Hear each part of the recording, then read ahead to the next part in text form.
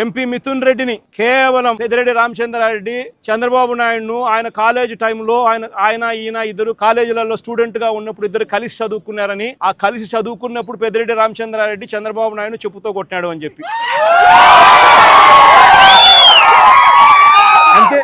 పెద్దిరెడ్డి రామచంద్రారెడ్డి చిన్నప్పుడు చేసిన ఆ చిన్న గొడవ చంద్రబాబు నాయుడు మనసులో ఎంతగా నాటుకొని పోయింది అంటే ఏకంగా పెద్దిరెడ్డి రామచంద్రారెడ్డి కొడుకును ఎట్ట తిరిగి జైల్లో పెట్టాలా, పెద్దిరెడ్డి రామచంద్రారెడ్డికి మనక్షోభ కలిగించాలా అని ఎంత సేడిస్టిక్ గా ఆయన వ్యవహరిస్తా ఉన్నాడు అని చెప్పడానికి ఇదొక నిదర్శనం. కాలేజీ టైంలలో గొడవలు జరుగుతూ ఉంటాయి, కొట్టుకుంటా ఉంటారు. పిల్లోళ్ళన్నా కొట్టుకోకుండా ఉంటారా? పిల్లోళ్ళన్నప్పుడు చంద్రబాబు నాయుడు ఉడుకు రక్తంలో ఉంటాడు, మా పెద్దిరెడ్డి రామచంద్రారెడ్డి అన్న ఉడుకు రక్తంలోనే ఉండింటాడు.